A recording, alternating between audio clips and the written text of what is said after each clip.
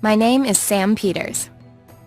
I'm comprehensively great-looking, a natural blonde, and a highly intelligent one. I'm extremely tough, an exceptional journalist. I work for Uncharted. It's basically Playboy for scientists. Fewer naked women, fewer cars, more text. We report on excavations in, and expeditions to, the remotest corners of the world. The pay is, to be exact, pretty miserable. But you get adventure on tap, and that's the best although sometimes they're hairy, even for my taste. My latest trip took me to Indonesia, where local archaeologists had discovered an ancient temple complex in the jungle. Team members were disappearing one after another without trace. Turns out, it was terrorists. They kidnapped me. Then my old friend Max showed up and got me out of there. And here we are. He's off trying to get a whiff of the gang's plans. I'm supposed to inform the Indonesian authorities. Oh, and a volcano has now erupted and half of the island is in flames. I have no idea where Max is now, and I'm not going looking for him in this inferno. Anyway, it's supposed to be the man who goes through flames for the woman, and not the other way around. My task is clear. I have to escape from this island.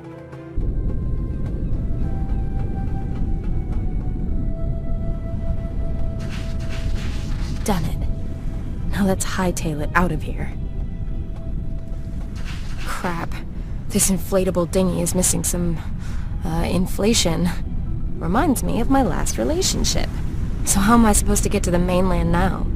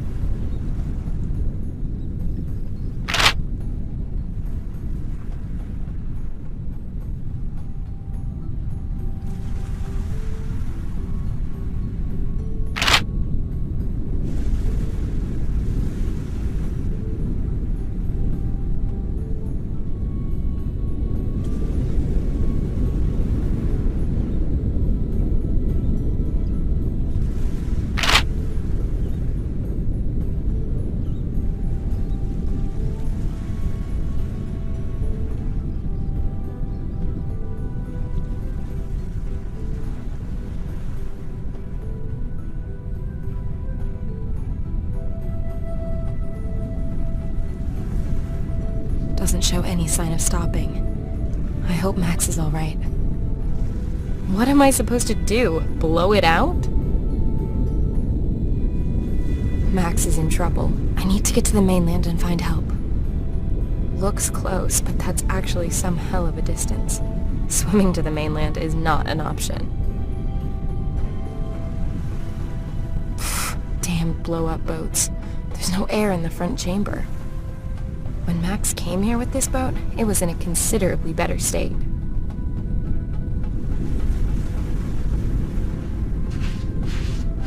Laying my hands upon it is not gonna mend that hole.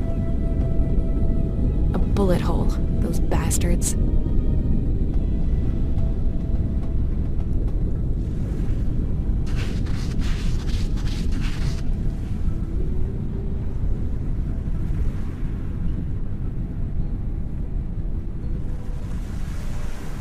There's a note inside the bottle. Unfortunately, I can't open the top.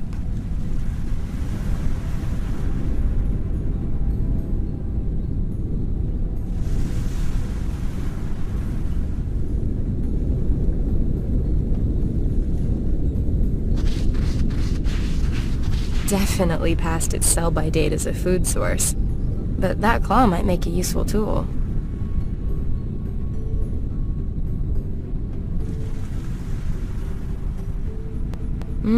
Delicious. I must definitely invite myself to dinner again. A completely typical Indonesian rock. I don't like to admit it, but this rock's just too big for me.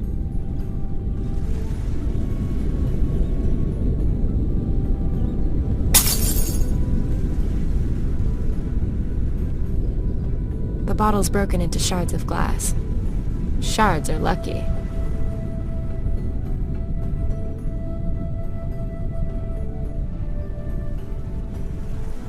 almost sharper than me. I can't translate this. It's either Indonesian or Malaysian.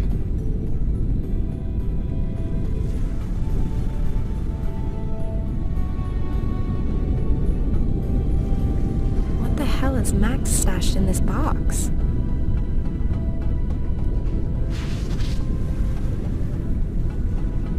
Locked.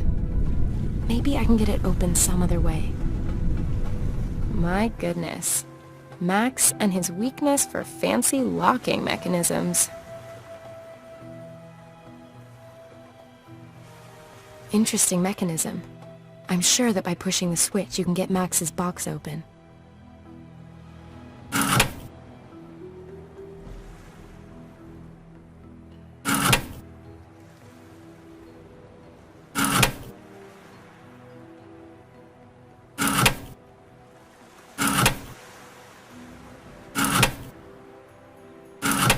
Hope all the trouble's been worth it. Boots and socks. A satellite phone would have been nice.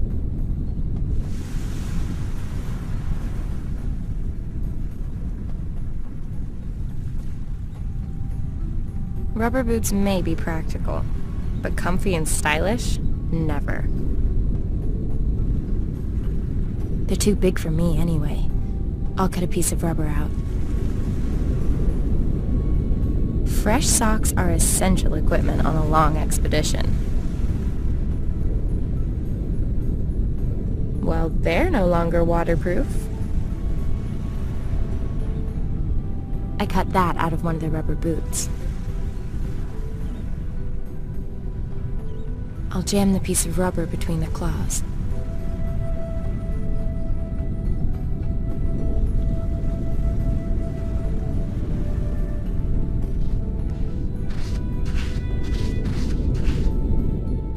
The volcano's out of control. Whatever it is I'm doing here, let's do it fast.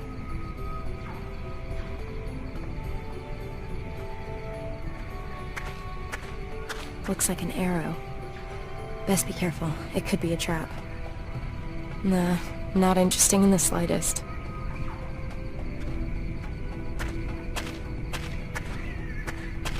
Not much going on there. I'll just take the one bone.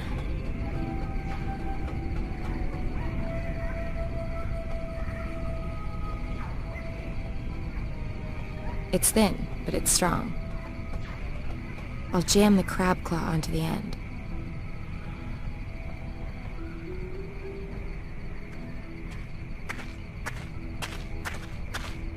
No man is so great that a woman will go back into hell for him. And Max isn't all that in the first place. No, on this occasion, I'm going to respect that rule. Make an exception to my own and actually do what I'm told.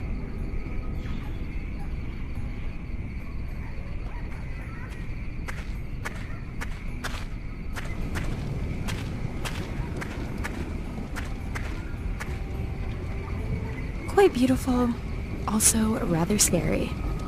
Generally, more heat is better, but in this case, I'll make an exception. The heat's so intense, this bush has caught fire. Please don't talk to me. I don't care what your name is. You're just a simple thorn bush, aren't you? Like roasting marshmallows. You have to know when enough's enough. Melted enough? I've closed the claw around the rubber.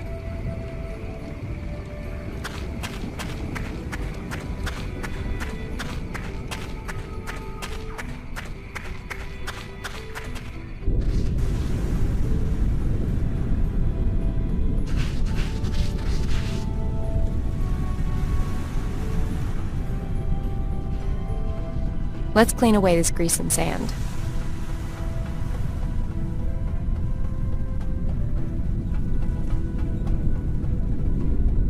Perfect. Nicely done. A stripped-down air pump.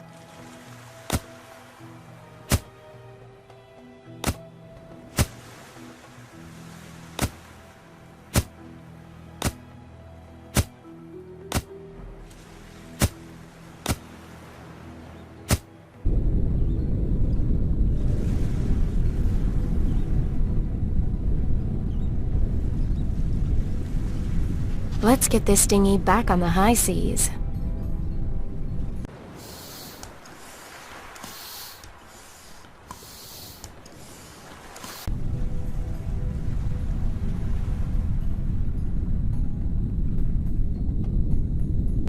Highly seaworthy, I'd say.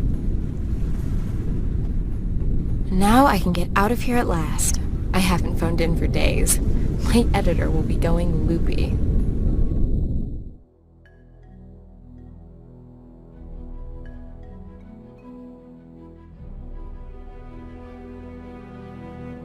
Home at last.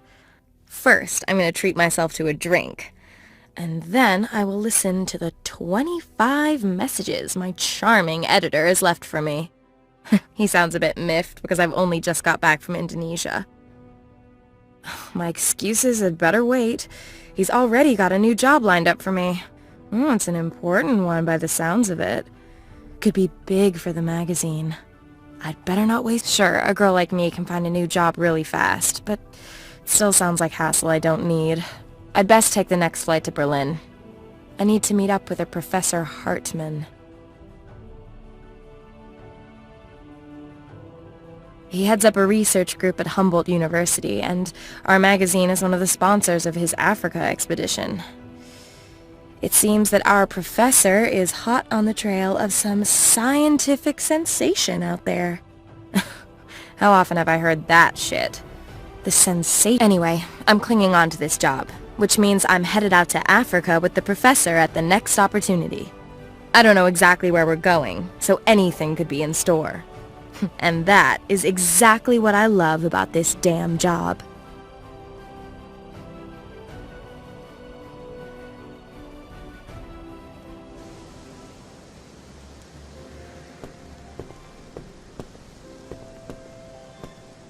The Biological Institute. This is where I'm supposed to meet Professor Hartmann. The gate's locked.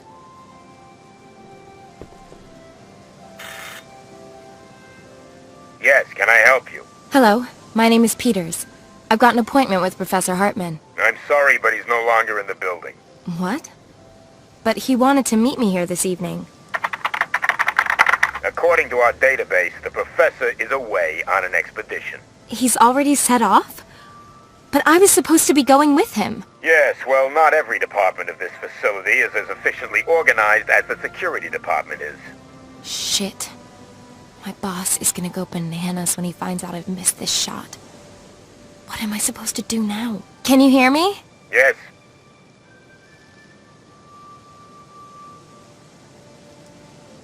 Now I'm really in a jam. Could you perhaps pop along to Professor Hartmann's office and see if he's left a note for me? If he had left you a note, then it would be here at reception, I'm sure.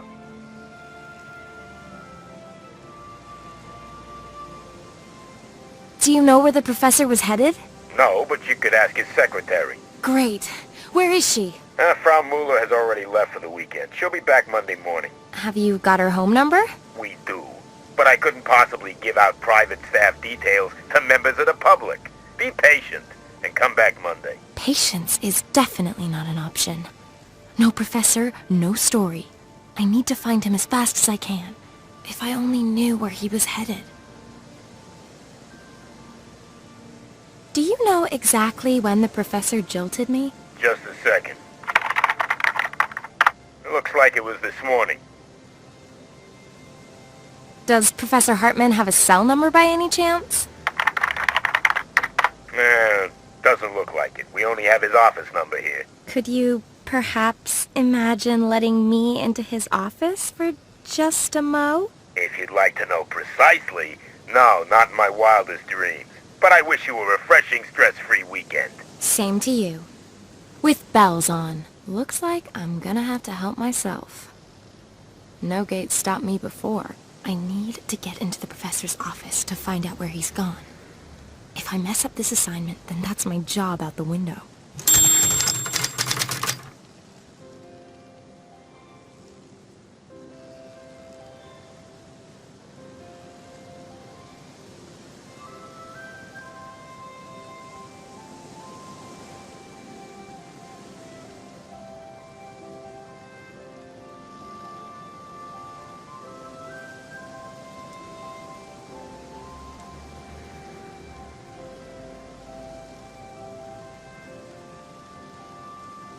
An intercom. It says doorman next to the button. I can't expect any help from the doorman. I'll have to find out for myself where Professor Hartman's gone off to. The camera is covering the entire entrance. The doorman will be watching every move I make. Not a good idea messing about with the camera. The doorman would be onto me right away. Damn it. Looks like it's home time already. Closed. Gotta be another way to get into the prof's office. The Biological Institute. This is where I'm supposed to be meeting Hartman. The professor's office is the only lead I've got for where he might be.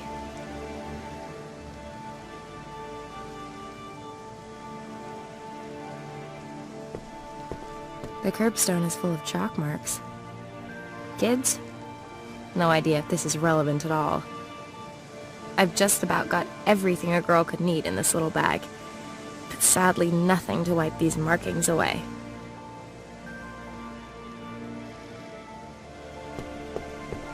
The Humboldt University Biological Institute.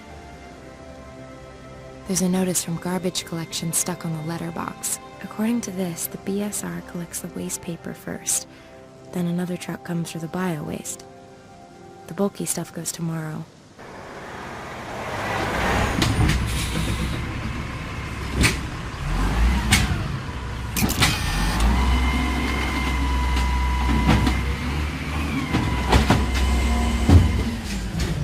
The waste paper collection's been and gone.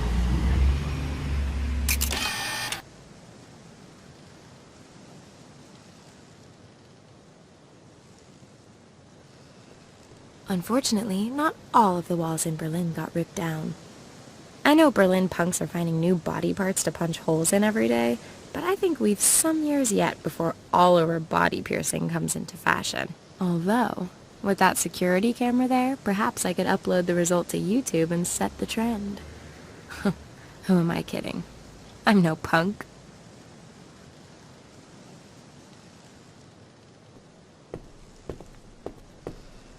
The first accessory for my sailboat.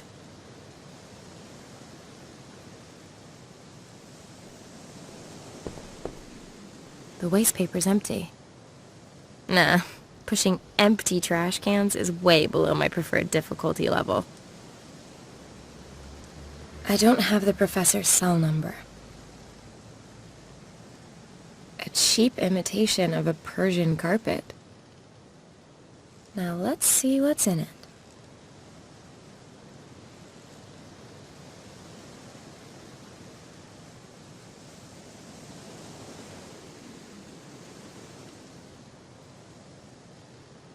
I always keep this photo on me. It's supposed to remind me what I'm grafting for every day. Fulfilling my childhood dream of owning a pretty little white sailboat. I never actually have a lot of cash on me. I'll just pick up the €2 coin and stick it in my sailboat piggy bank. That's for the locker at the airport where I've stashed my travel luggage.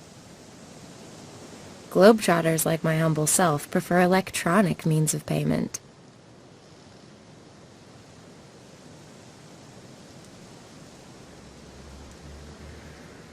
Bio-waste.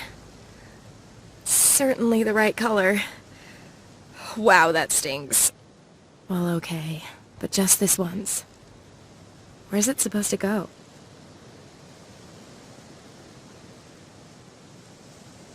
Sounds like a good plan.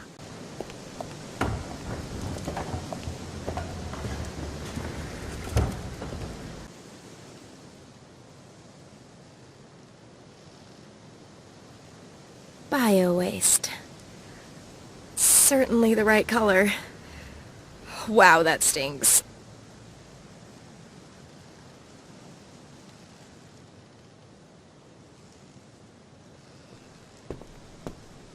If I throw the carpet over the metal spikes, I could climb over easily enough. But then I'd be in full view of the security camera and the doorman would spot me. I need to find a better way.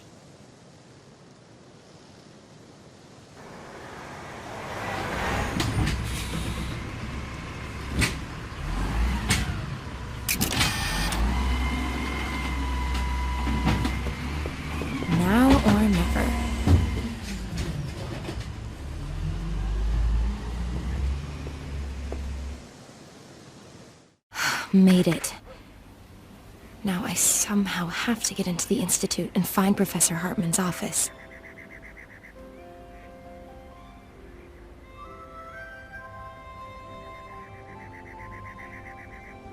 Would seem to be the main entrance. Waltz into the building through the main entrance? The doorman would chuck me straight out. There's gotta be some more subtle way in there.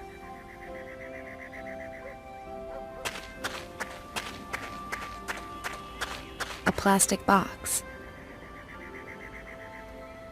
That's what comes from leaving your tools lying around.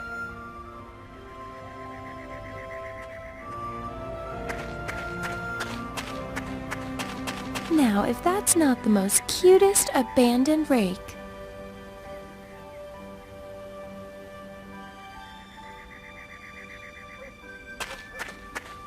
A poorly coiled hose.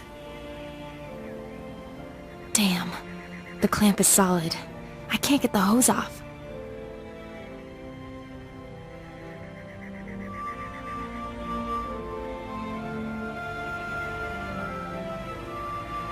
Freedom for garden hoses.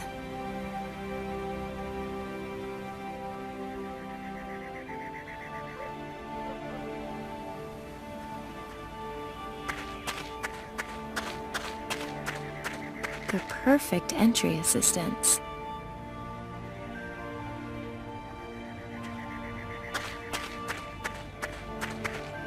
The window on the upper floor is open. Low walls, okay. 2 stories? Nope. I am not a world-class free climber.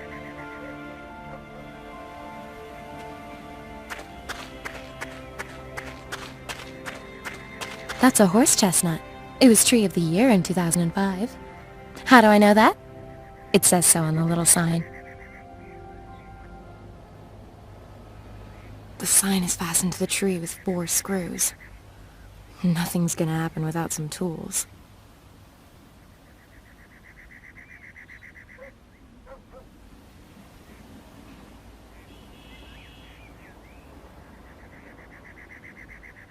The coin's a bit too thick to fit the screws.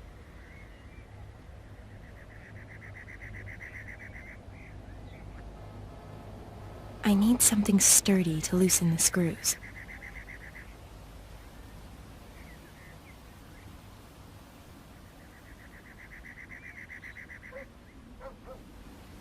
Too big for the small screws. Who needs a bolt cutter when head shears can do the job just as well? I've cut through the chains.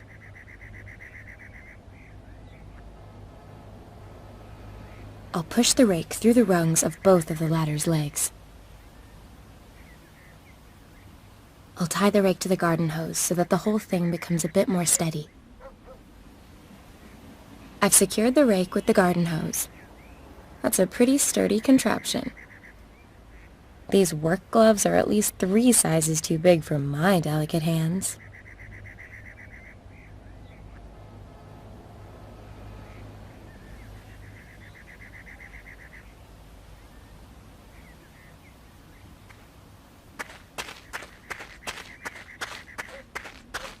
That is a sturdy ladder. Well done, Sam. Unfolded, the ladder almost reaches to the window. Climbing through windows. A real cat burglar, me. And look, the coast is clear.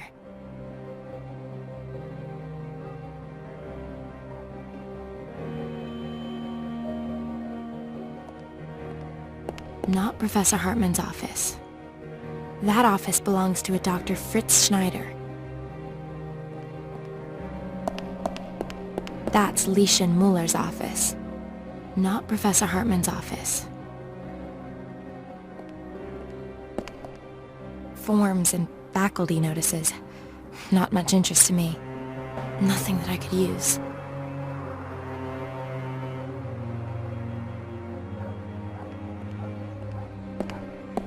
And there it is, the exception to the rule. You don't always find something useful in waste bins.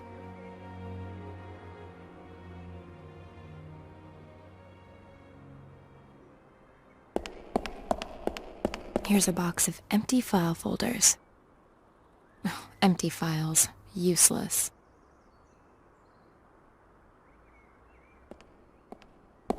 Professor Hartman's office. Won't open.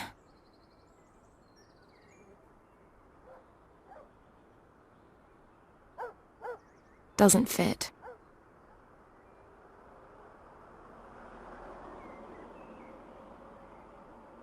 This old trick might actually work. Or then again, maybe not. The idea's right, but the plastic money didn't take the strain. We're obviously not talking about hard currency here.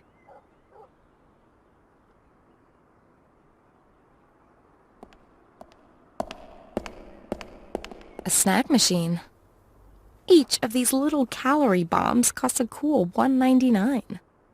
No dough, no go. You only live once. I'll take a bag of crackers. My snack? And 1 cent change. One step on the way to my first million. Spicy crackers. I'll hang on to this snack for later.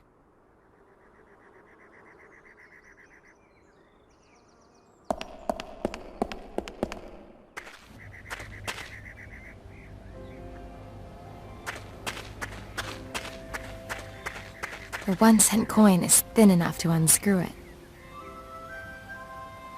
Amazeballs! Ugh, I have sunk to a new low. On the thin metal sign it says common horse chestnut and the Latin name Aesculus hippocastanum.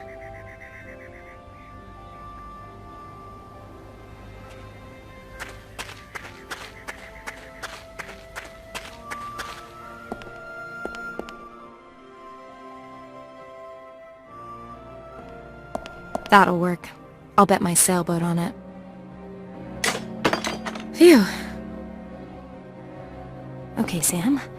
Find the damn info on where our perfidious professor's gone off to. And then maybe, just maybe, you'll get your story, a pay rise, and that nice little sailboat you're dreaming of.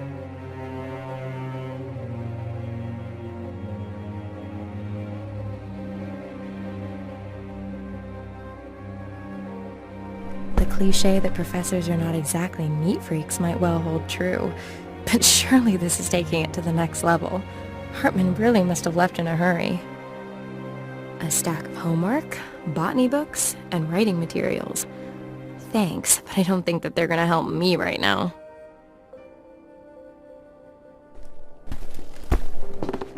There are some scraps of torn up paper on the top. There's some torn up paper on the top. I'll take a closer look.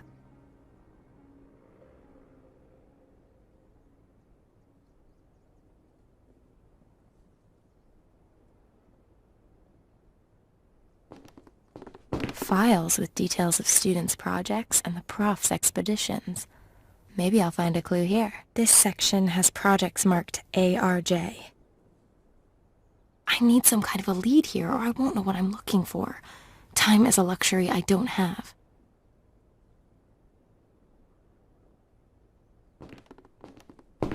From algae to zygopetalum, there's everything a botanist's heart could desire here. I don't think that these books are going to help me further in any kind of way. These files all have GHN on them. I need some kind of a lead here or I won't know what I'm looking for. Time is a luxury I don't have.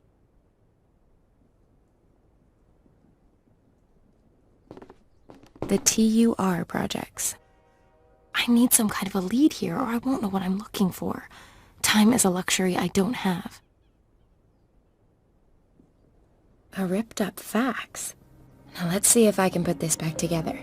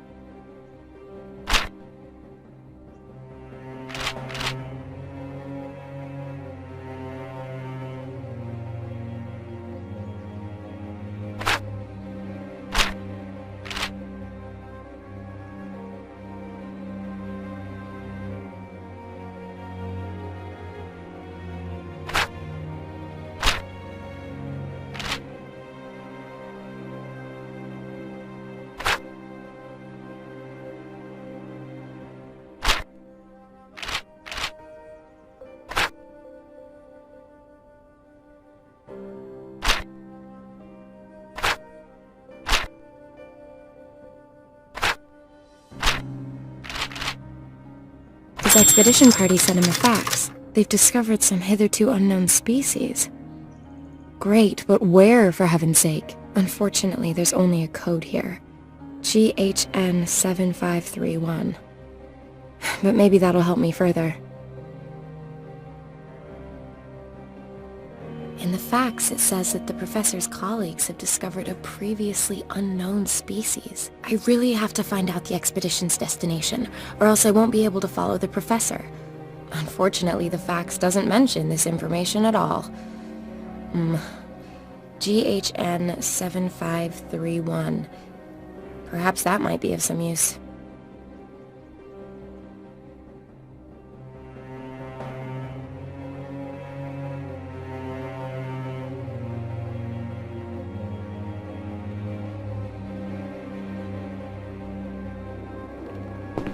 These files are labeled CGL.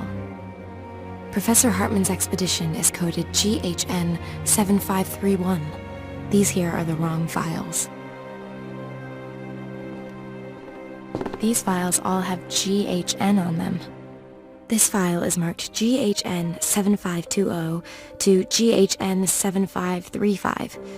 It ought to contain notes from the current expedition.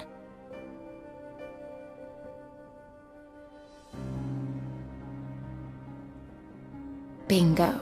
GHN 7531. The expedition has gone to Ghana, to Lake Basomtwi. So what the hell are they looking for there?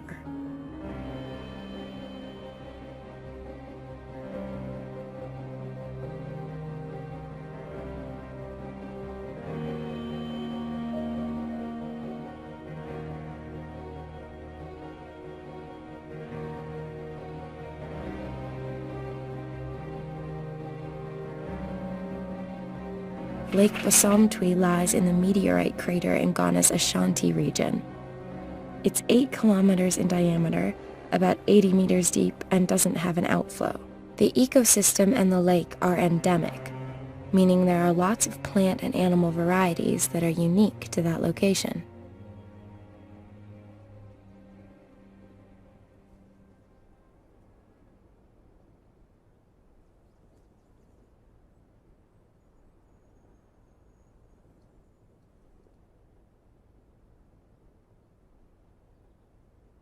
The priority is investigating the effects on the ecosystem of a massive meteorite strike. What's that on the fax?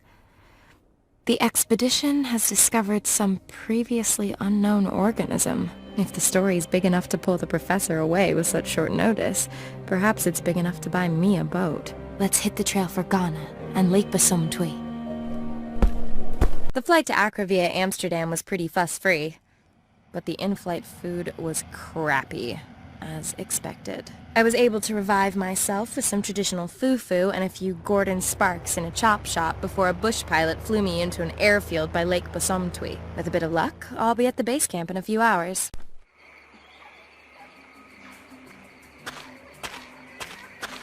Looks like everyone upped and left in the night. Strange. I've got goosebumps all of a sudden, despite the heat. I'm getting something of a horrible feeling here. I'd better get a move on so I can reach the Lake Basomtwi camp before nightfall.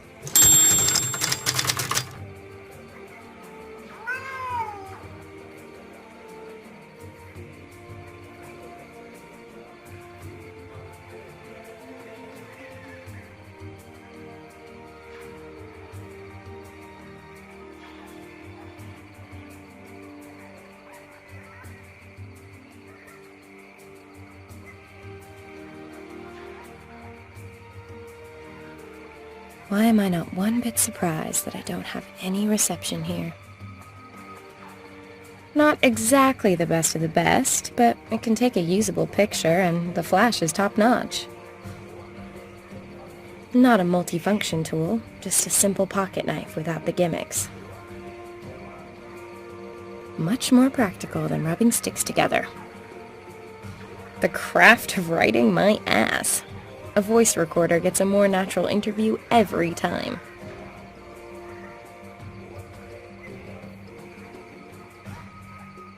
Airport terminal, Africa style. A little bit too rustic for my taste. Where's the air-conditioned bar and duty-free shop? Lemonade. Sweet as shit and warm to boot. But even ice cold is not an option, if I want to avoid doing my figure some real harm. Well, okay, I'll take it with me. But be aware that this is non-alcoholic piss water. Hell, they've seen better days. Now then, any juice left in these at all? Hey, Dixie. Now what would those Southerners say if they knew there was a mobile toilet named after their hymn?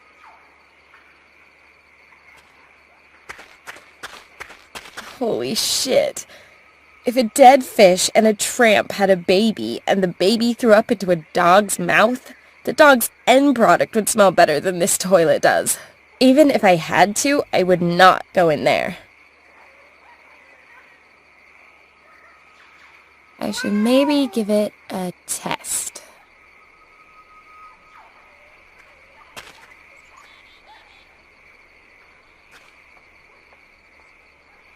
Come, gather round, and have the piss taken out of you by a crazy lady with a megaphone. Oh, I like it.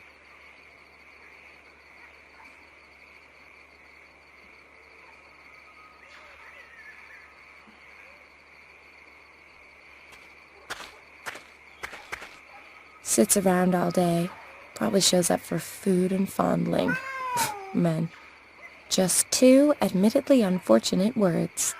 Cat allergy. A limp sock.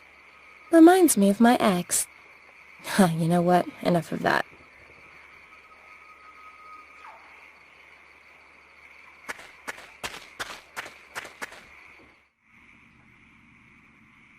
Looks like a reliable enough contraption.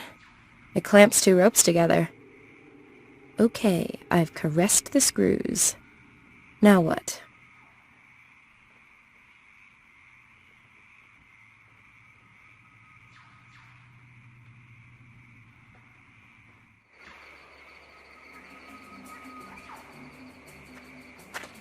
Crates of provisions. Well, I'm not gonna starve to death here, that's for sure. I'm not that hungry yet.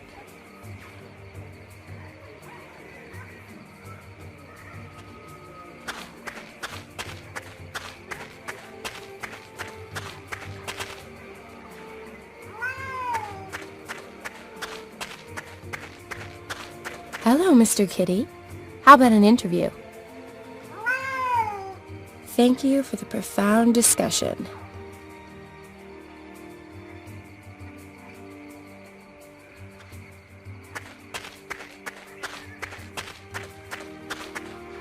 The camp lies northeast from here. That's where we want to be headed.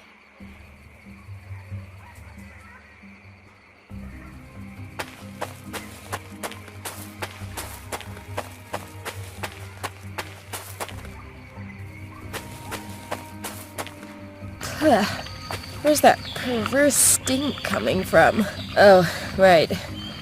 Pumbaa. They may be cute in cartoon form, but in the real world, those warthog tusks should not be underestimated. Okay, away we go. Sing Hakuna Matata for me then! Since we don't know each other all that well, I'm gonna be keeping my distance, okay? As long as that hog's eyeballing me, I really don't give a damn about the tree trunk. If I'm going to get to the camp, I need to drive off that wild pig.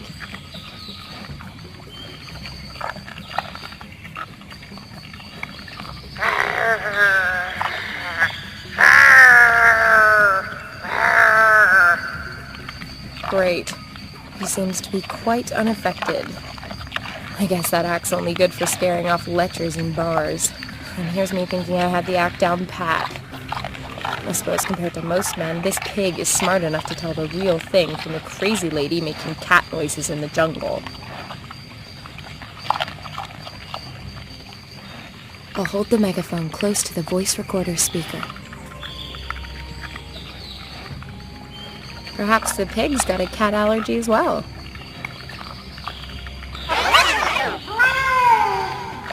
Pity. Apparently not. Now I'll put the used batteries into the voice recorder. Perhaps the pig's got a cat allergy as well. Whoa! Success.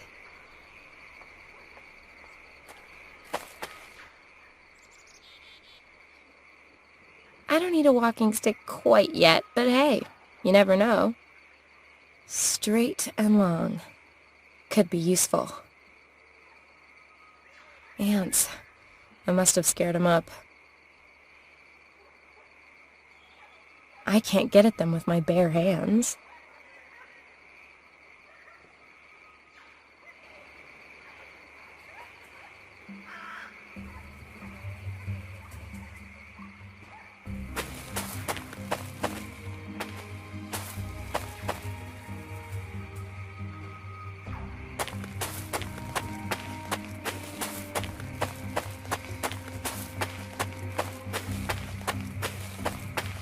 Just like in the adventure movies. So, what do we have? Great. The guide rope on the right-hand side of the bridge is broken. That's all I need. I can't get across with it like that. I need to repair the rope first.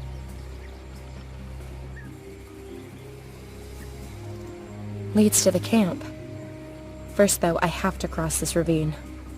If I ignore the busted guide rope and try to cross, I'll soon be acquainted with the chasm floor. Way too risky. I need to fix the guide rope first.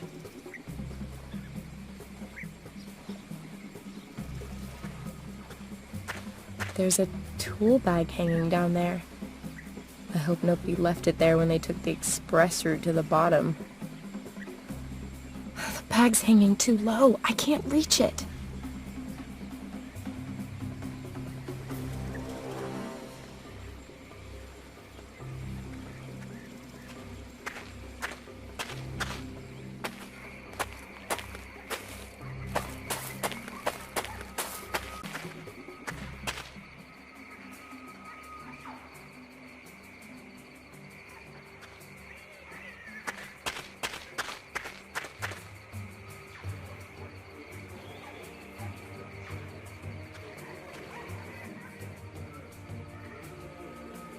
It's certainly seen better days. Yarr! Sorry. It's screwed tightly to the column.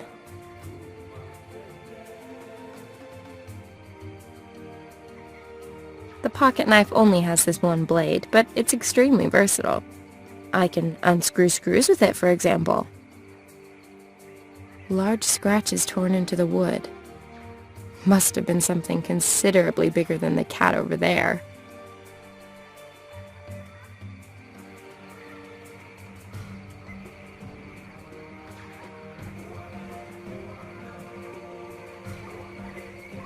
Believe it or not, there are people who don't carry such things in their inventory, but actually wear them on their heads. So sad. I'll pull out a thread. In fact, this cap is such a waste of space, I'll throw the rest away. This is where my exceptional capabilities in the tying of seamen's knots come into play.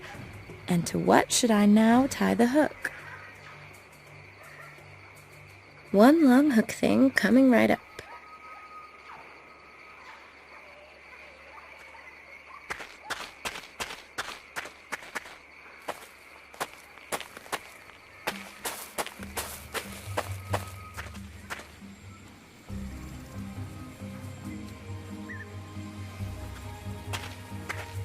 Come to Mama.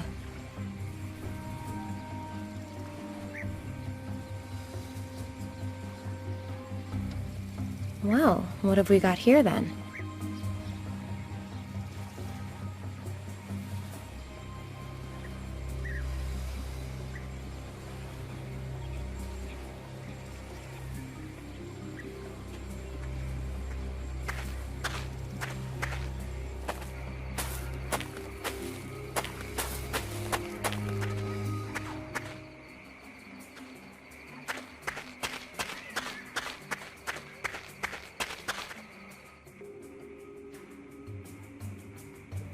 The wrench fits. Now, let's just hope the mast doesn't fall when I remove the connector. How about that? Rope connector gone, mast still standing. A woman needs a little luck sometimes.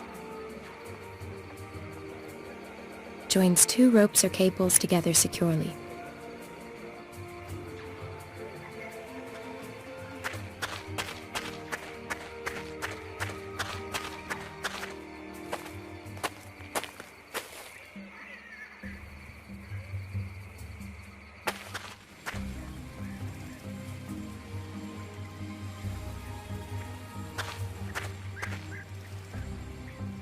A prime example of a professional bodge job. It's really quite miraculous that this has stood here as long as it has. Unfortunately, I can't do much here with just my bare hands, other than strangle people with dumb ideas. Let's see. This can't be all that difficult.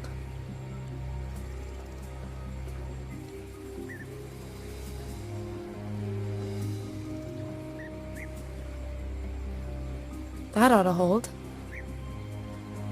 It's looking pretty sturdy.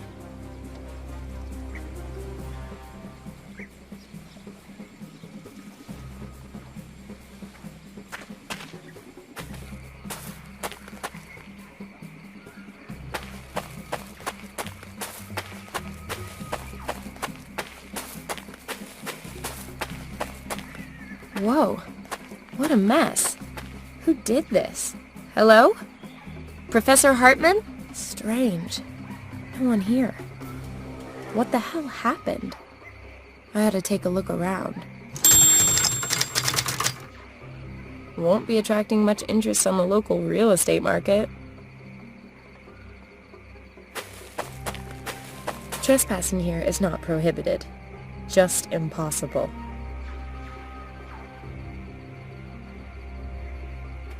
A 4-legged stand. I ought to leave the stand where it is.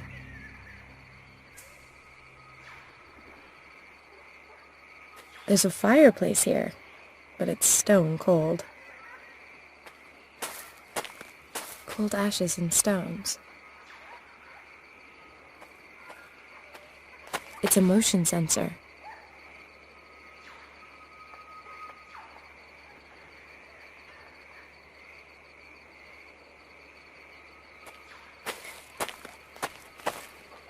A genuine sun trap.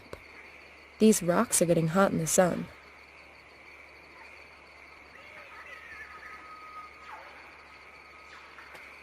Before I go aimlessly tramping about in the jungle, I ought to be finding out what happened here and where the scientists have disappeared to. Interesting storage method.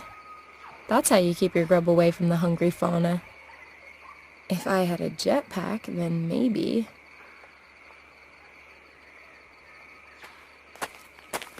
This winch holds the crate hanging from the cable. The crank is missing.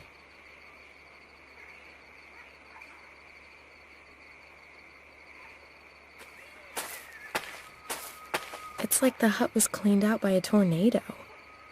That tipped-over locker seems to be the only thing that hasn't been smashed or squashed. I'll pass. My delicate little fingers are not going in there just yet.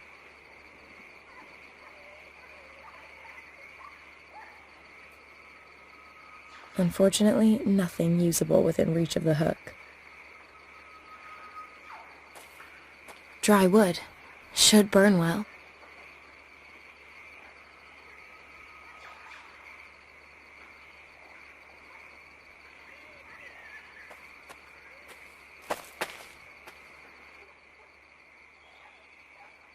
The floorboards look pretty rotten.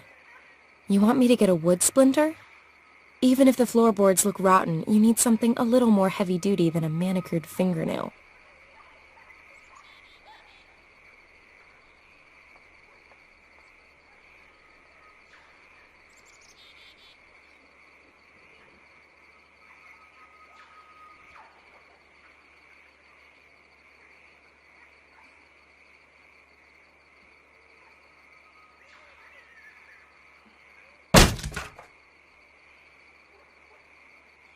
A pipe.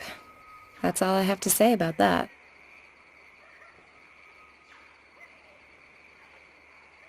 What I'd really like to know is what threw this great big locker all over the place. Feels kind of locked.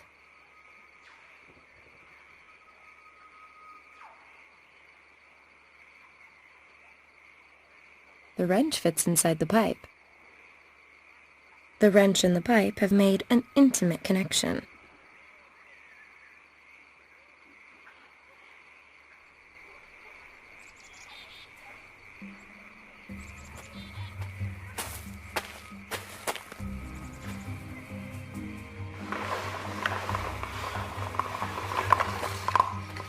The laws of leverage are your friends.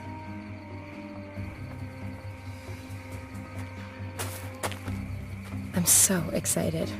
There must be something really cool in there. My favorite occupation, plundering. Mostly fruit and veg. I'll leave that here and take everything else.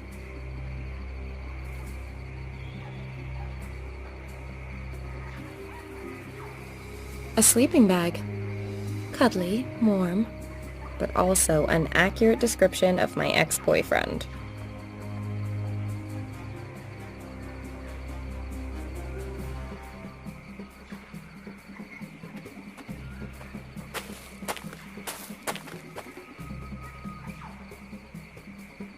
The mobile solar charger has to be assembled before it can be used. The charging regulator. The regulator is a good starting point. I'd better leave it where it is.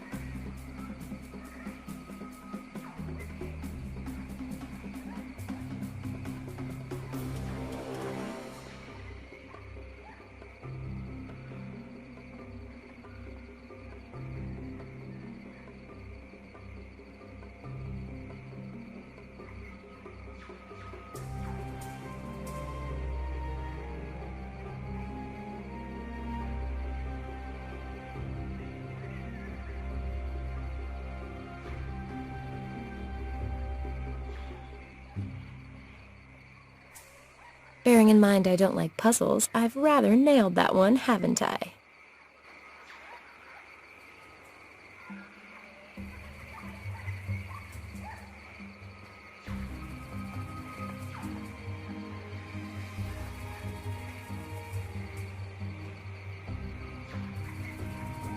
This sensor has a working range of 75 degrees.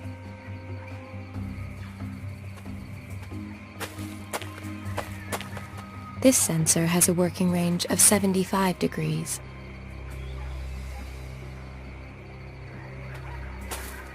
I'm thinking that the sensor belongs on top of the stand.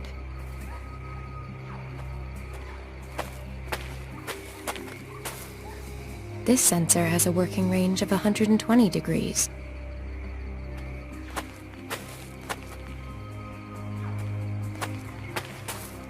I'm thinking that the sensor belongs on top of the stand.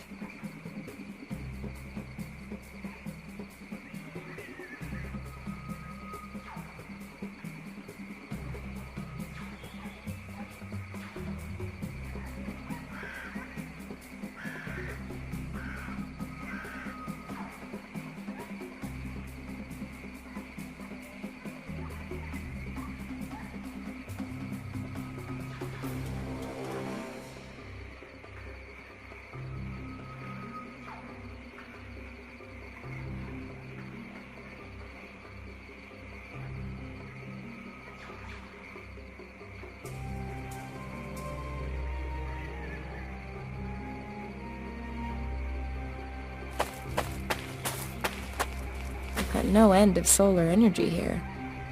But which device should I be powering up with it?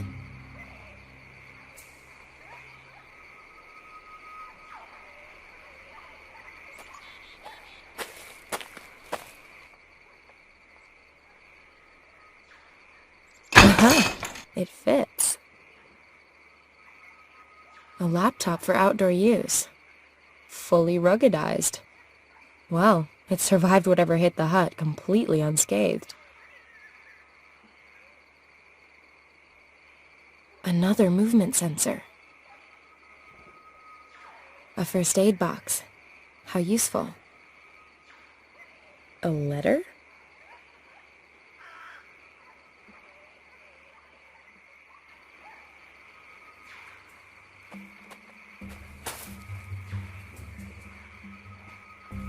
The professor received this letter from his wife on their wedding anniversary. Turns out married, middle-aged people have very little of interest to say to one another.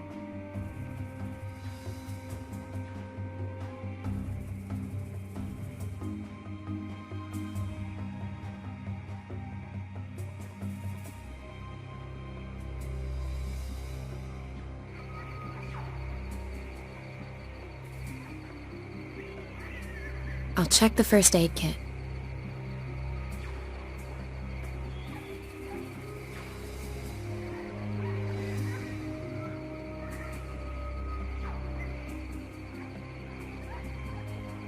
I've cleaned it out completely.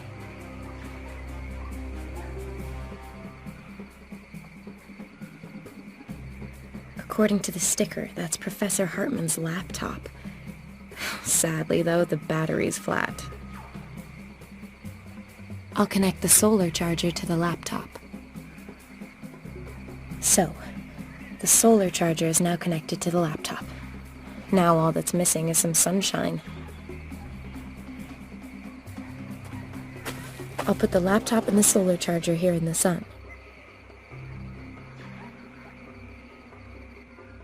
The laptop's protected by a code.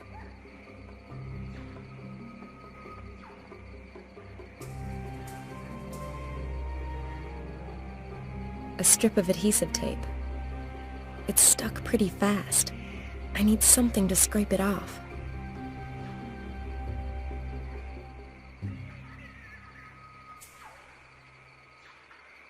Might leave a scratch, but the ends justify the means. Is that just the manufacturer's logo? It looks like wedding bands or something.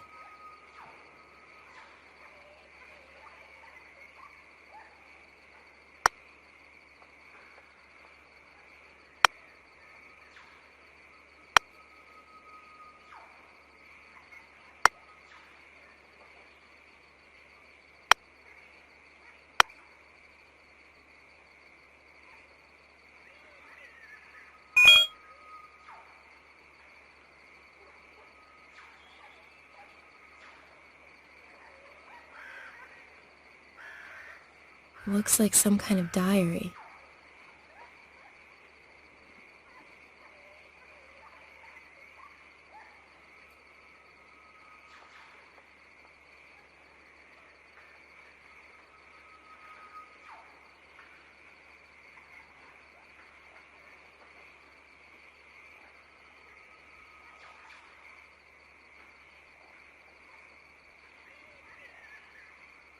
Sounds promising.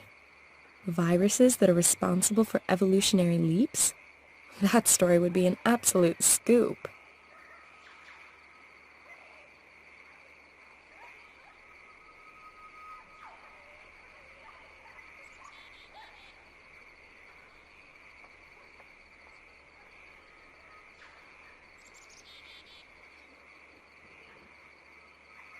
Now, is there any truth to these ghost stories?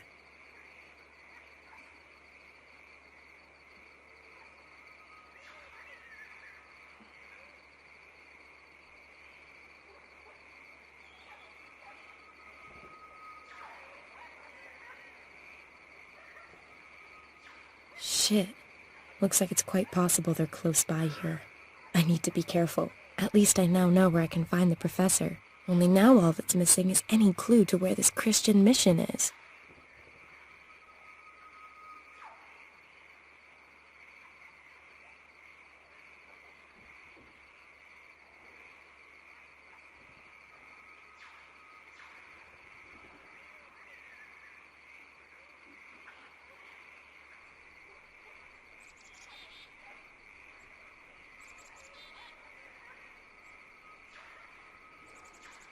No saved mail.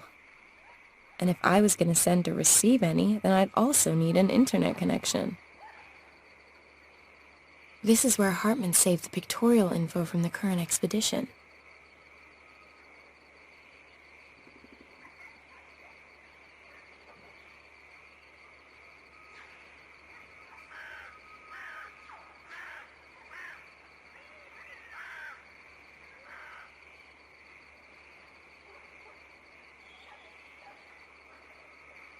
The map of the camp.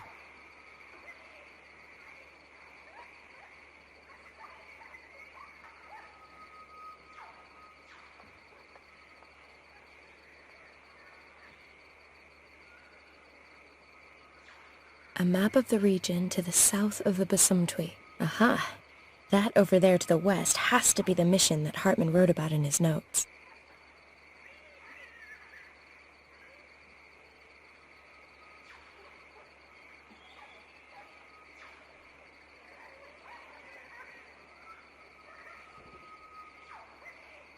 Even the most ambitious scientist has to switch off every now and then. Can't wait to see what kind of music the prof's into. No forecast without the internet. And I don't need a laptop to see how the weather is right now.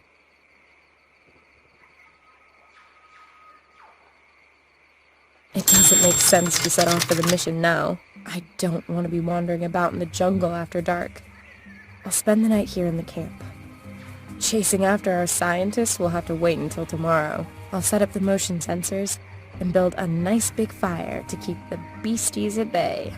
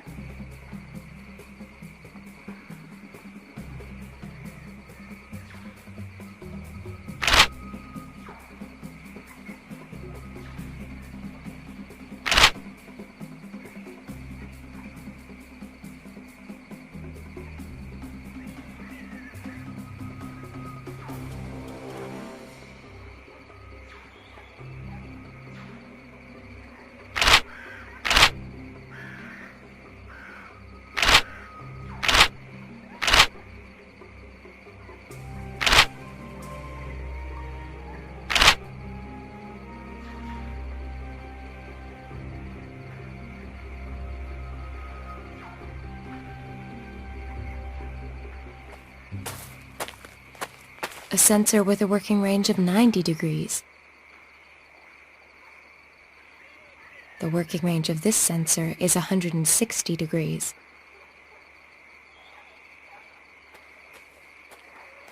I'm thinking that the sensor belongs on top of the stand.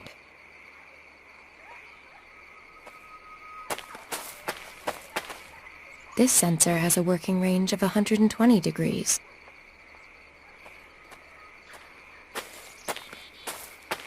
On the sensor it says working range 90 degrees. A sensor with a working range of 90 degrees.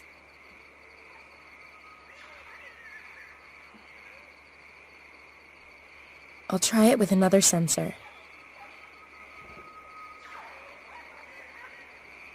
On the sensor it says working range 90 degrees.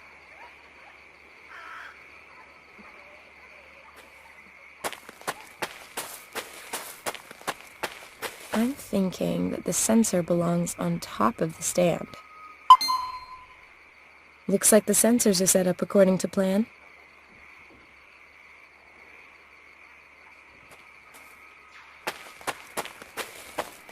This sensor has a working range of 75 degrees.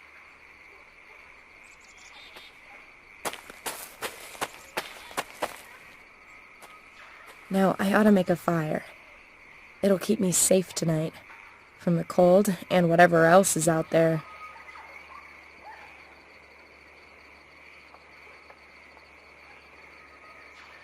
Let's get cozy.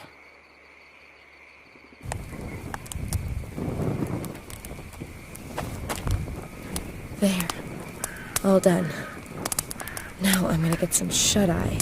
And in the morning, I'll head to the mission and track down this research team.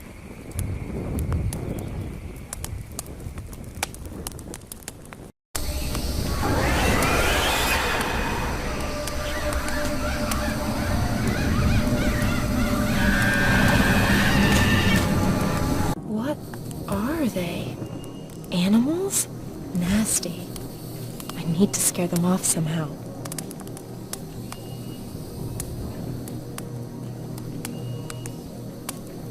This is getting really weird. Those red eyes. There must be more than a dozen of them out there. Perhaps I can find something to scare them off before they realize my fire isn't so scary after all. Like hell I will. I'm staying right by the fire. No mistake.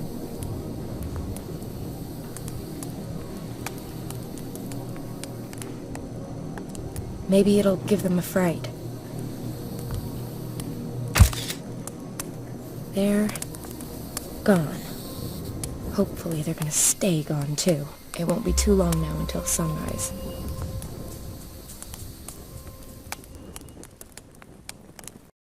What a night. I never got back to sleep. What were those things? Hey, maybe I caught them on camera.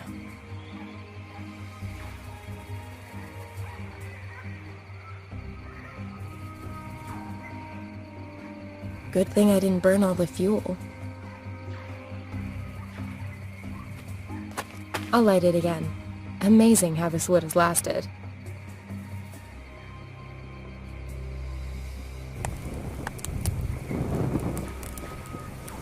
All that's missing are marshmallows, a guitar, and some decent ghost stories. Mind you, given recent events, I can happily do without the latter.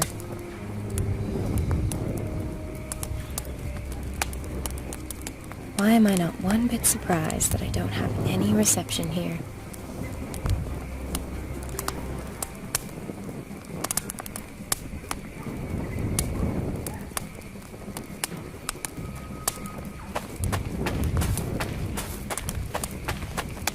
It's a westerly direction to get to the mission.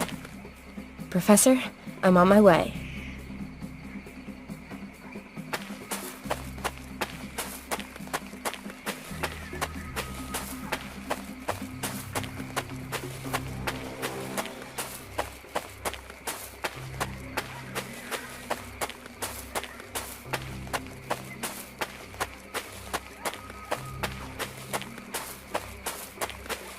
The mission.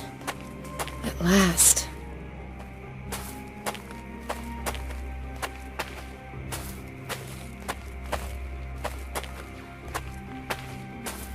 Hello? Anyone home? God be praised, my child. What can I do for you? My name is Samantha Peters. I'm looking for a group of scientists. Their leader is called Professor Hartman.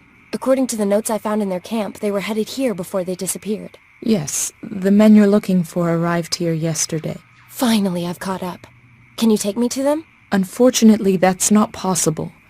They are in quarantine. Quarantine? They are very ill. They have high fevers and are unresponsive. Nobody is allowed near them until the doctor gets here. We want to avoid any possible spread of the disease. Can't I at least have a brief talk with Professor Hartman? It really is very important. The professor isn't here. Not here? Where is he? If I've understood the men correctly, they were attacked at night and the professor was taken away. Damn it! Do you know who attacked them? You have to go now, my child. It is not safe here when the darkness falls. What aren't you telling me? What is it that you're so afraid of? I'm not going anywhere until you tell me what's going on here. Child, I just want to protect you. If I let you in, you could become infected. And outside, you are not safe from the... Yes, not safe from what? In the scientist's notes, it says that one of them was attacked by some animal species he didn't recognize before he became ill. That was no animal. Well, what was it then? For Christ's sakes! Oh, forgive me. Our Father, who art in heaven. Listen, sister. You will now talk, or else I will break the fifth commandment. Who ambushed the scientists and dragged off the professor? They come from above. The trees. Locals? Rebels? Hunters? No, not humans. Well, what then? Not animals? Not humans? Aliens, perhaps? The Asambosam. Asambosam? Never heard of him. Ancient Ashanti legends tell of Strange nighttime beings that lurk in wait for their victims among the boughs of the trees. They pluck unfortunate souls from the ground using their long, sharp claws, and then drag them off to their caves, where they then suck the blood from their victims' bodies. So what does your boss have to say about your believing in such blasphemous scare stories? Scare stories? When you have lived among the Ashanti as long as I have, there's very little that appears unbelievable. Let's reel this conversation back in from the nether regions of God's asshole and stick to the facts. I shot this photo last night. This little freak was one of a whole group sitting in the trees above me. Might this be one of your Asambosum? Holy Maria, Mother of God, you can count your blessings that you are still alive, my child. So these freaks really have schlepped off the professor then? Suppose it's true. Where would the Asambosum take their victims? Into their caves. I got that bit. Where are they exactly? My child, you really don't want to go there. Yes, I do. There's one hell of a real scoop of a story there for sure. And I just might be able to save the professor while I'm at it. That is, as long as these things haven't sucked him dry already. Then I really won't be able to stop you, my child. Wait here a moment. This will be a great help to you on your reckless undertaking. Take it. What is it? Some intense studies of the Asambosam and Ashanti legends. Thanks. May the Lord watch over you.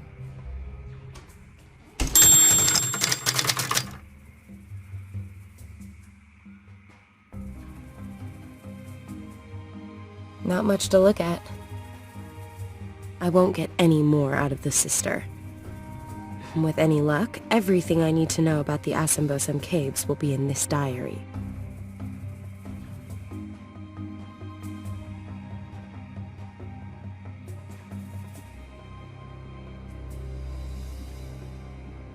This is where the notes begin. So there were already patients at the mission with the same symptoms as the scientists.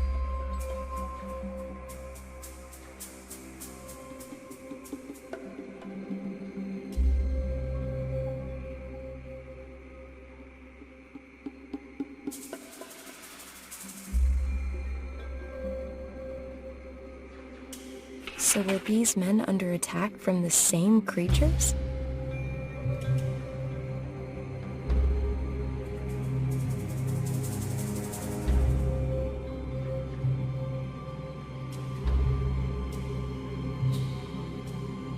Let's see. Here it is. The attackers came out of the trees and surrounded them.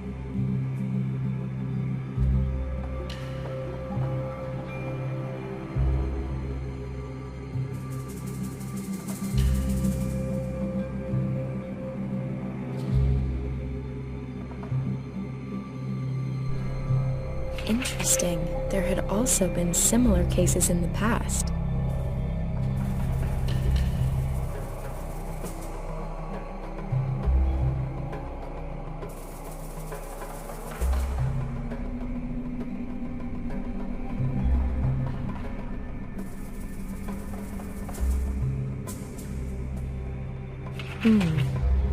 The locals call the attackers the Asambosam. They're also supposed to be responsible for transmitting a virus. The old Ashanti shamans were able to control these mysterious beings and could protect themselves from the disease.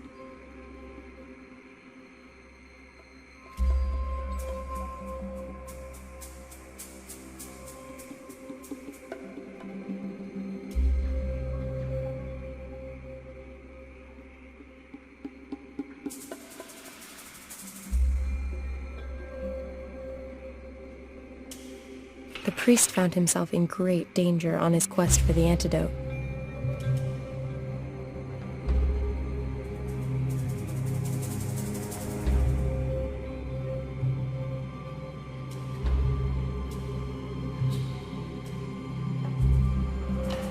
The Asambosam exist. Now it's gonna get interesting.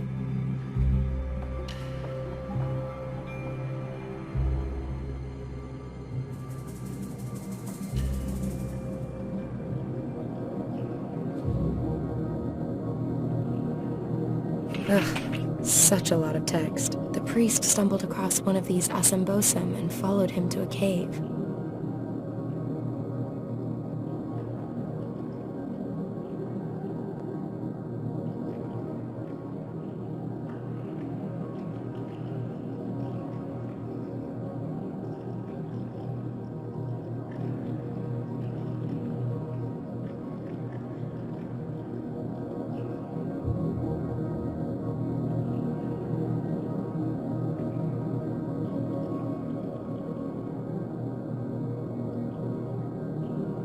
The translation of the inscriptions at the cave entrance brought something astonishing to light. It detailed a description of a ritual which could protect against catching the asambosum disease, and which could also cure it.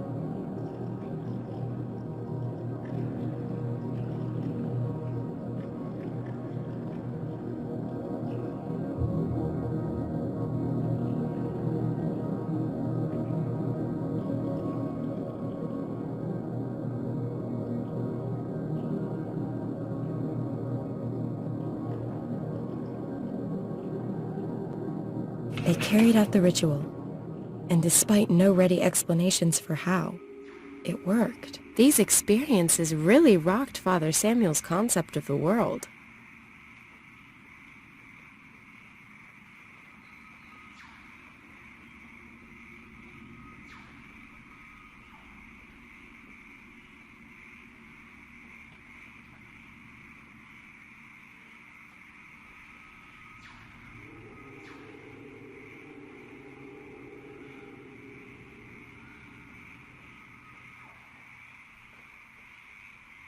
This is where it lists what you need for the ritual and how to carry it out.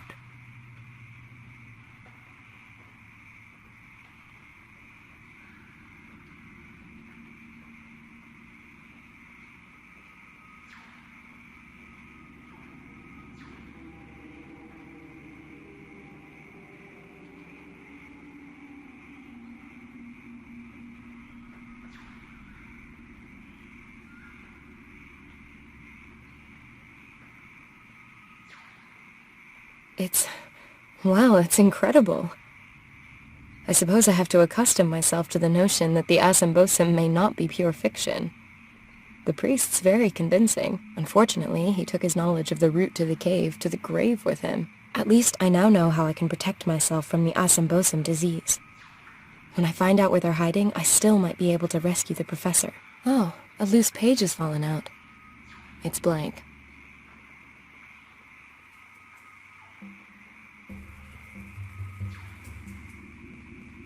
That reminds me. What's a blonde doing when she's staring at an empty sheet of paper? According to my last boyfriend, she's reading her rights. Har bloody har.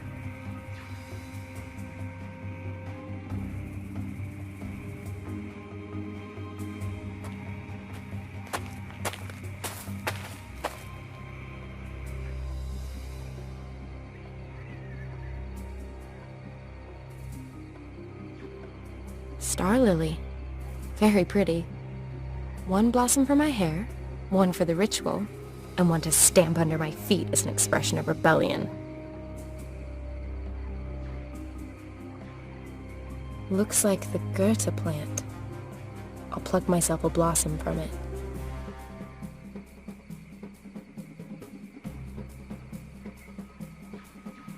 One blossom from the hyacinth is enough, according to the diary.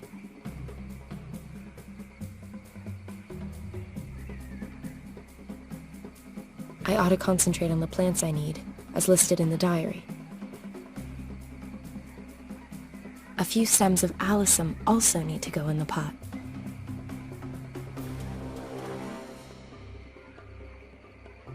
I ought to concentrate on the plants I need, as listed in the diary. I ought to concentrate on the plants I need, as listed in the diary. I ought to concentrate on the plants I need, as listed in the diary. I ought to concentrate on the plants I need, as listed in the diary. I ought to concentrate on the plants I need, as listed in the diary. That has to be rose herb. I need a stalk from it.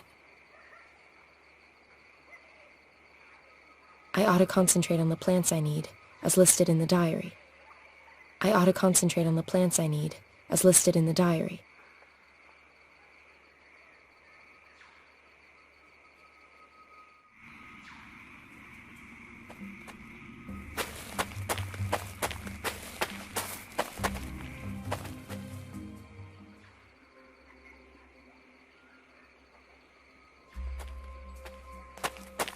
Julius, 1767 to 1832. Here lie my mortal remains. I just wish they were yours. That's terrible. Nothing good comes from interacting with gravestones. Sister Josephine, 1852 to 1904. Here rest her bones, and for the first time, alone. Cheeky. Nothing good comes from interacting with gravestones. Billy, 1907 to 2006. Only the good die young. Either he had a low opinion of himself or a wicked sense of humor. Nothing good comes from interacting with gravestones. On the gravestone it says, J.H.M. Excuse me for not standing up. Must have been a proper gentleman. Or a Groucho Marx fan. Nothing good comes from interacting with gravestones.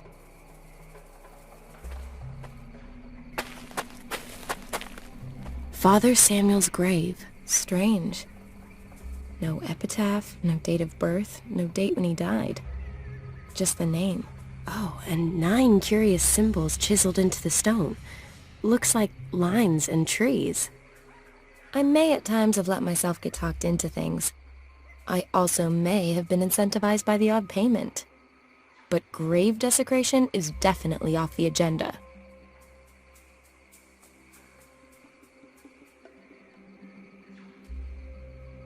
Great. That lets me transfer the symbols onto the paper. The pencils had it, but I've now got perfect copies of the 9 symbols on Father Samuel's gravestone.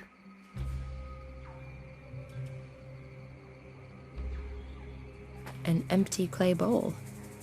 Who left this here?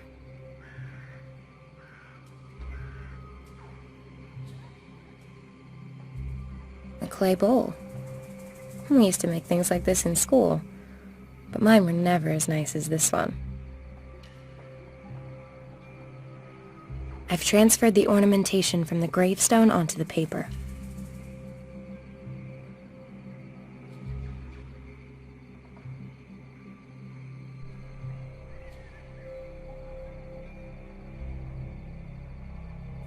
Okay, I'll carefully cut out the different symbols.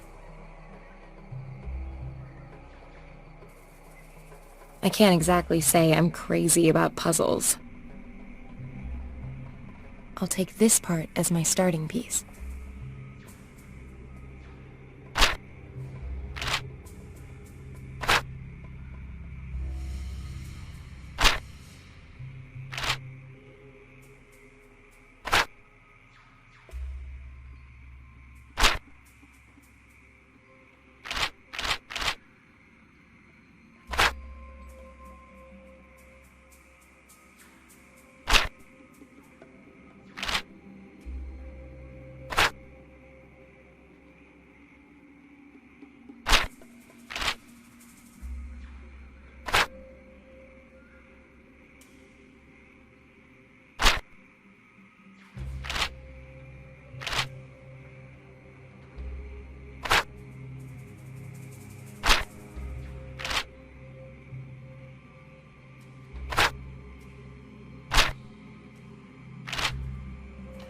A map.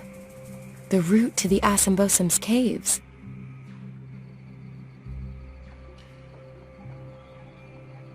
Father Samuel drew in the route to the Assambosum caves on this map.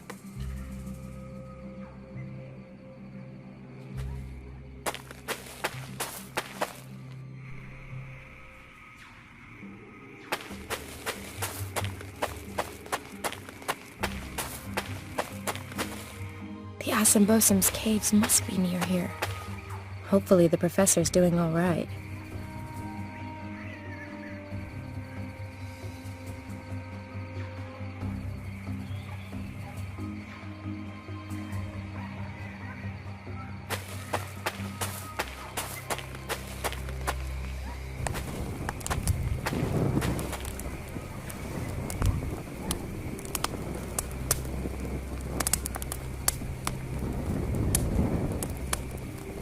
Let's decant this delicate brew.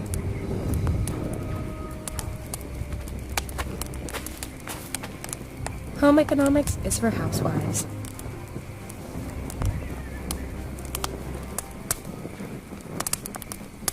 Boiling the lemonades produced a thick, sticky syrup.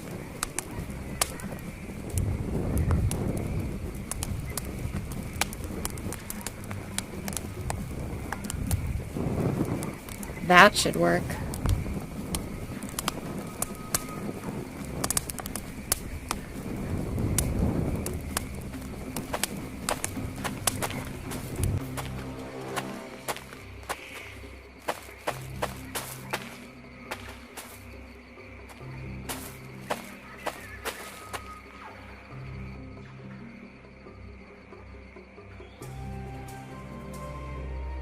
Gotcha. The ant stuck to the brush. Almost too easy. I had to give it a go with chopsticks. Gotcha.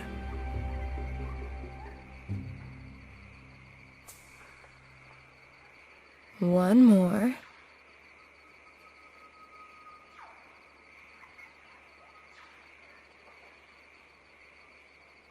A respectable kill. Peters, the big small game hunter.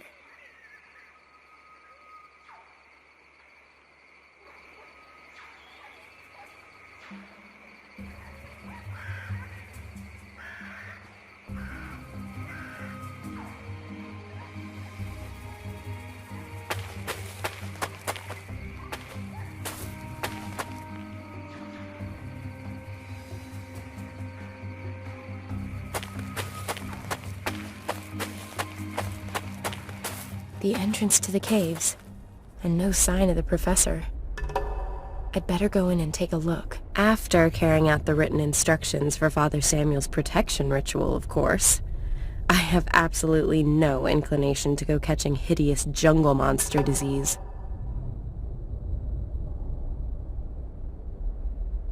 It's actually here. Weird. There are no birds, no animal calls. Even the bats seem to be frightened to make a rustle. I'm not superstitious, but why take an unnecessary risk?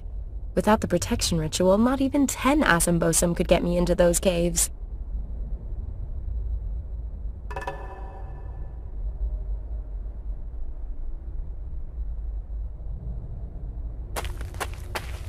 The pot's empty.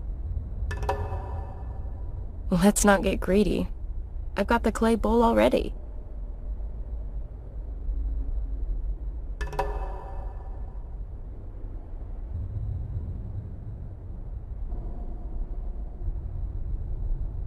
And in it goes.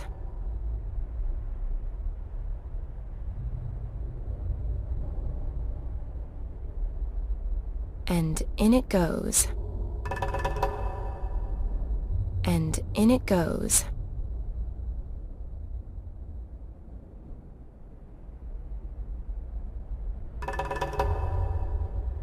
And in it goes.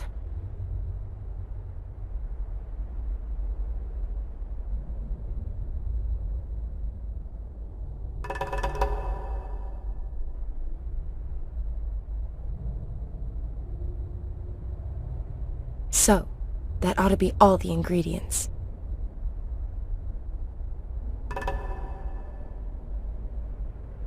Let's see what happens. Ugh, the way that stinks, just the smoke could keep pretty much anything away from me.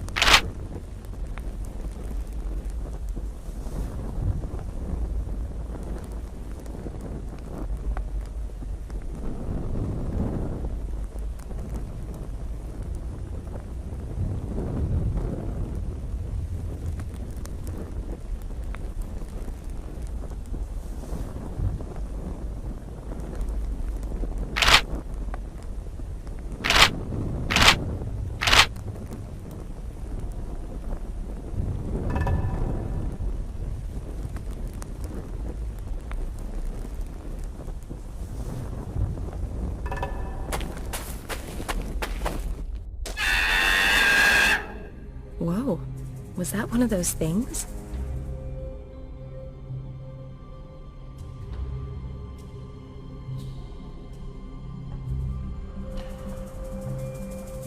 A mask with eyes, mouth, and some kind of war paint.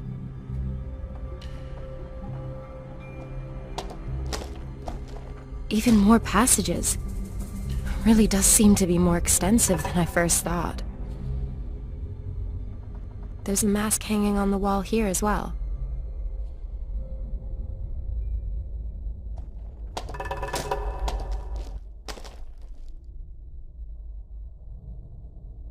The obligatory mask.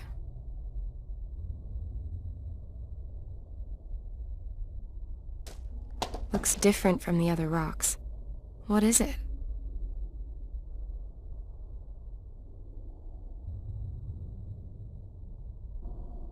A lump of resin. Supposed to burn like tinder.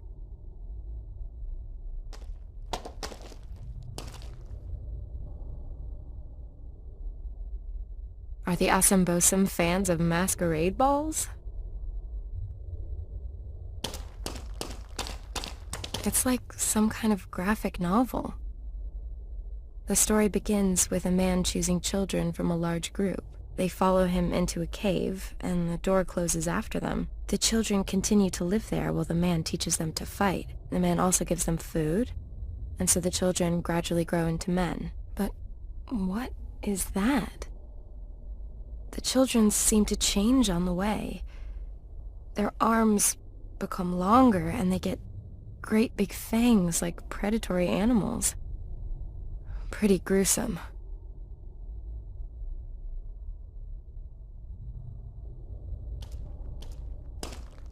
Looks like one of those weird lamps they sell in the Scandinavian furnishing store around the corner back home. I feel like it's there for a reason. Best leave it alone for now. Let's fuel this lamp and see what happens.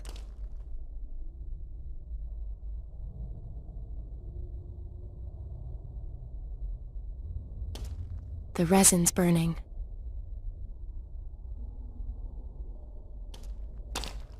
The poor children. If I only knew how they were changed, they'd make the story of the century. Perhaps the professor knows the answer. If he's still alive.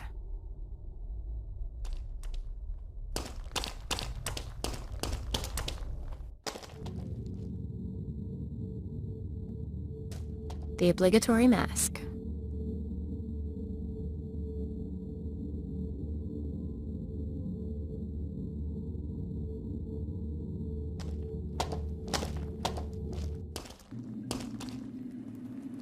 There's a mask hanging on the wall here as well.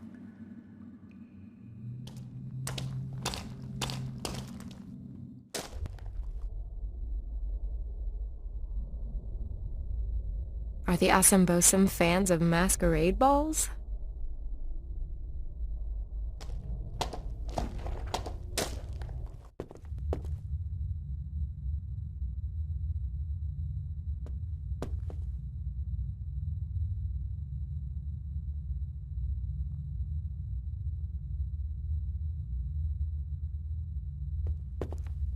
Let's fuel this lamp and see what happens.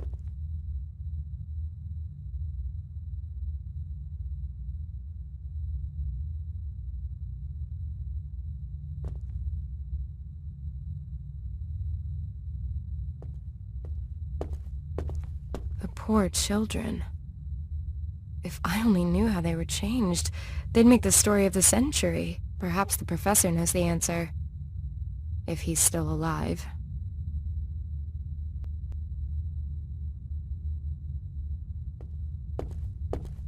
Not the slightest trace of Prof. Hartman.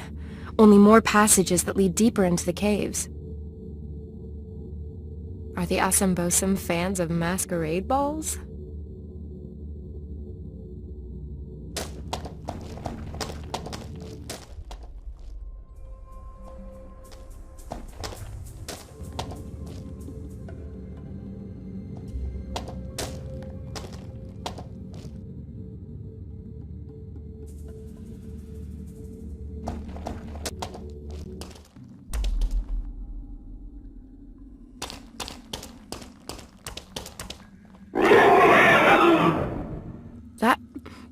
Was that an animal? Or a human? Or...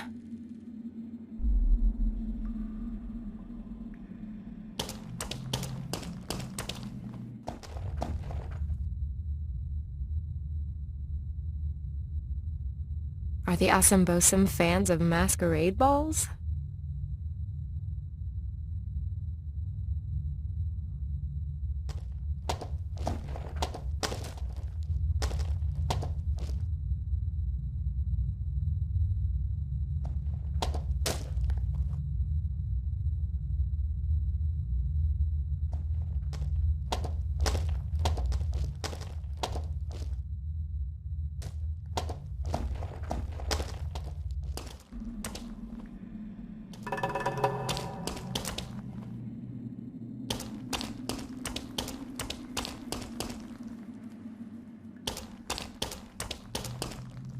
Let's fuel this lamp and see what happens.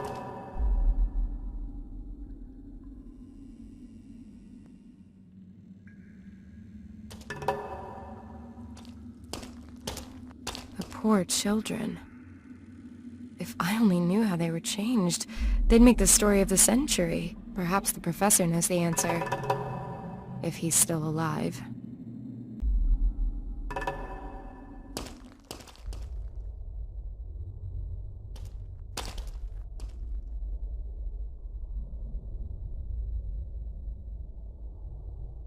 What is with all these masks?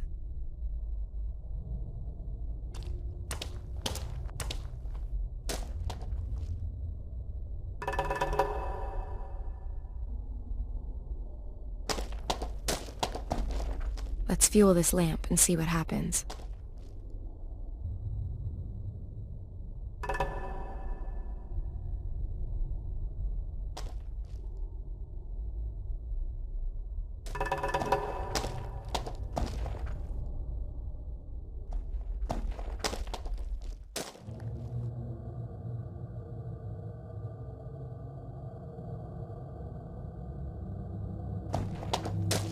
The door won't open. It's the end of the line.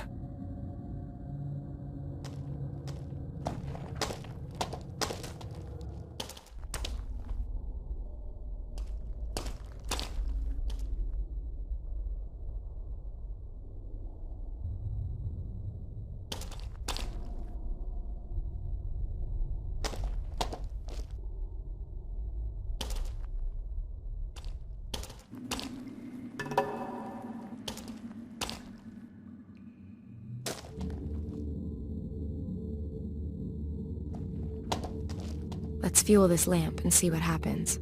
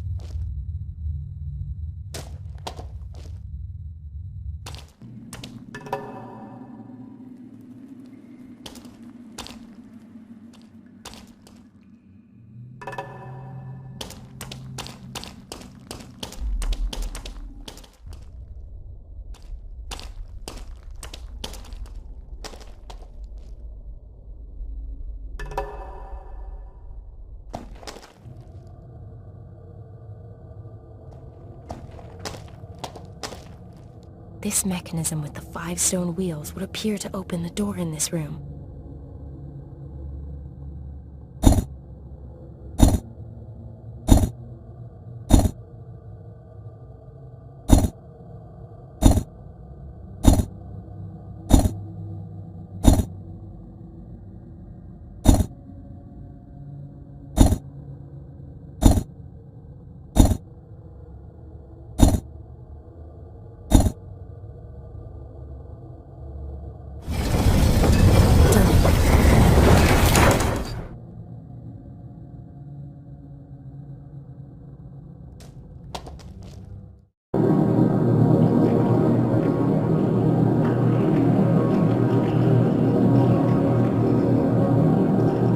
Professor!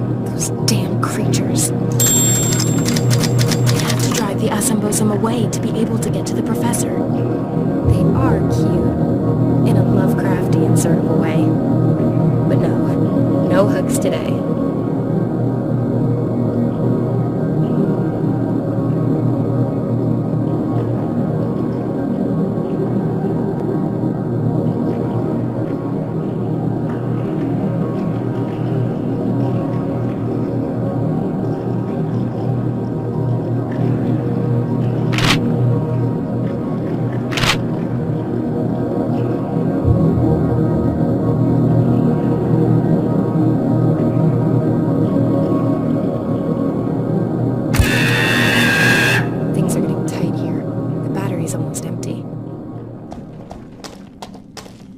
Herr Professor!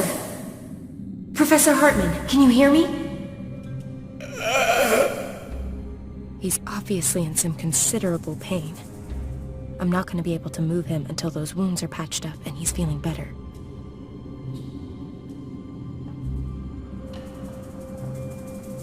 What the... In all the horror movies I've ever watched, I've never seen anything like this.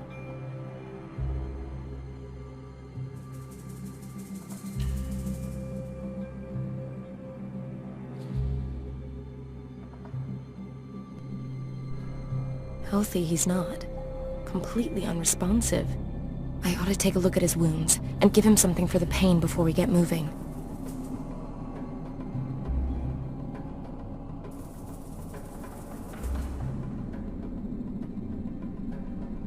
Here, get these down, you prof.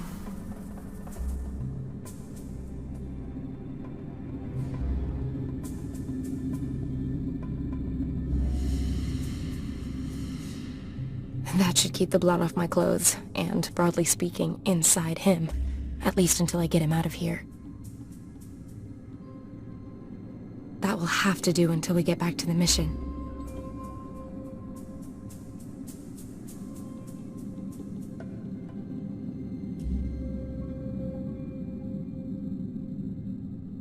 Don't worry, Professor. I'll get us out of here.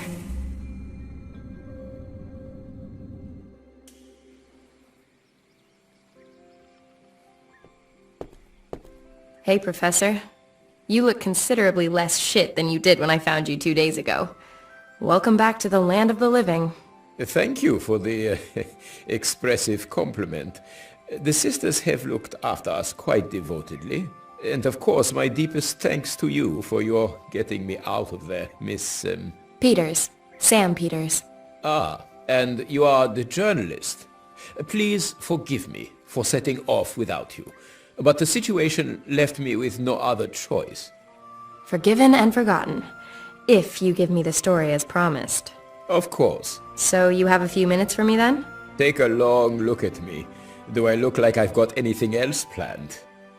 I'm just not entirely sure that I'll be able to give you all of the answers. Let's find out. You want to know what the Asambosum are? Spill it, Prof. They are humans, I'm sure of that. Did you see the wall paintings in the caves? Yeah. The Ashanti were always a very secretive people with an extraordinary bond with nature. As with all native peoples, their living space also forms the basis for their existence. They naturally defend it with every means at their disposal.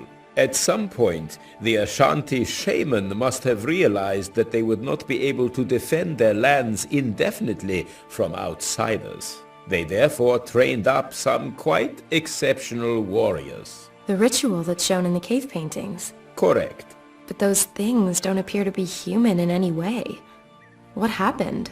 Well, it happens that there is a particular species of snail, which is incidentally the reason we were here at Lake Bosomtwi in the first place. Whose genome has changed through eating the algae brought here by the meteorite.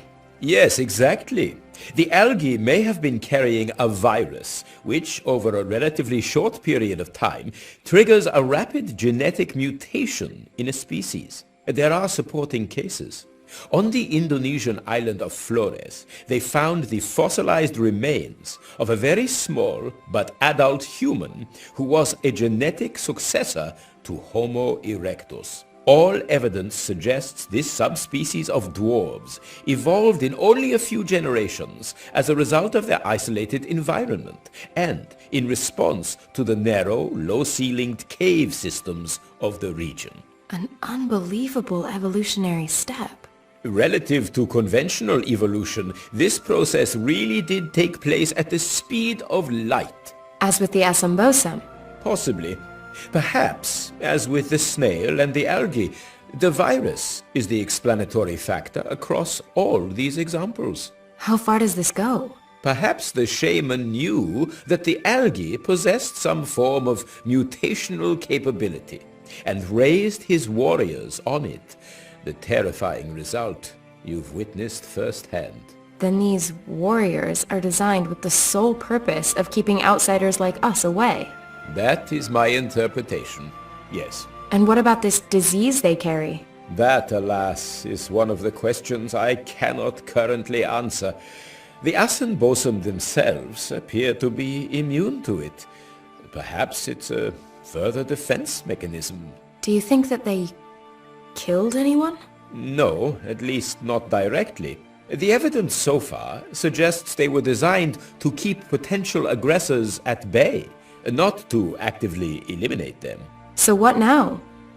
As snail research goes, Professor, this story is more sensational than most. That may well be the case. But? The shaman and the Ashanti have only been acting in the best interests of their people and in perceived self-defense. And that justifies their turning children into monsters? We don't have to approve morally. But does morality apply in the case of survival? Doesn't every nation do reprehensible things every day in the name of survival? Clearly, we are not the first Westerners to come here, and I doubt the intentions of all such visitors are as benign as our own. In this special case, I have to ask myself, even as a scientist, is knowing the answers more important than doing the right thing? Answers are what we're paid for. Then I hope never to see the day that we run out of questions. Do what you think is right. So, I have to make a decision. Should I go ahead and publish the story?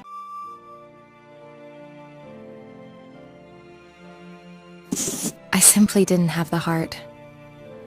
May a cloak of silence remain forever over the existence of the Asambosam. Freedom really is so much more important than anything else. Talking of freedom, that's something I can also enjoy limitlessly, though sadly not on my little sailboat. When I got back to Hamburg without a single line of copy, my editor flipped and bounced me back onto the street. Whether or not he managed to get over the small heart attack that followed, I'm afraid I don't know. And frankly, it's time for me to drop by on Max in Berlin again. Perhaps he'll finally even introduce me to his beloved Nina. From the way he went on about her in Indonesia, I don't think they'll be apart for too long. And maybe he'll have a fabulously lucrative job for me and get that sailboat back on track.